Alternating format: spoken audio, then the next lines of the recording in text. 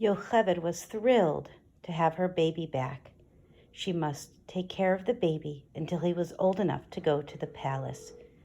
When she brought him to the princess said, "From now on he will be my son. I will give him a new name, Moshe." The name Moshe means to take out of the water. At the palace, Moshe was told that he was a Jew whom the princess had saved from certain death. He was also reminded of how lucky he was to live in a palace, to be treated as an Egyptian instead of a Jewish slave. When Moshe was almost grown up, he became curious about his people. So he went to see for himself what kind of life they led. Everywhere he went, he saw the Jewish people working very hard as slaves.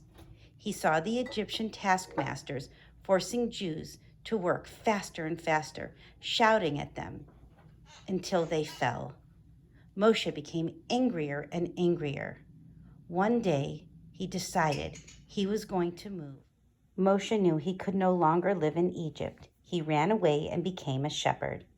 One day, when Moshe was watching his sheep, he saw a burning bush and heard Hashem's voice. One day, Moshe was in the desert, taking care of his sheep. Suddenly, Moshe looked up and saw a bush burning nearby. He watched the fire trying to burn up the bush, but the bush remained unharmed. "This is the strangest sight I have ever seen," Moshe thought. As he moved closer to the bush, he heard a voice. "Moshe, Moshe." "Here I am," Moshe answered, looking around. "Do not come closer," the voice said. "Take off your shoes, because this is a holy place." Moshe did as he was told. "I am the God of your father," the voice told him, "the God of Abraham, Yitzchak, and Yaakov.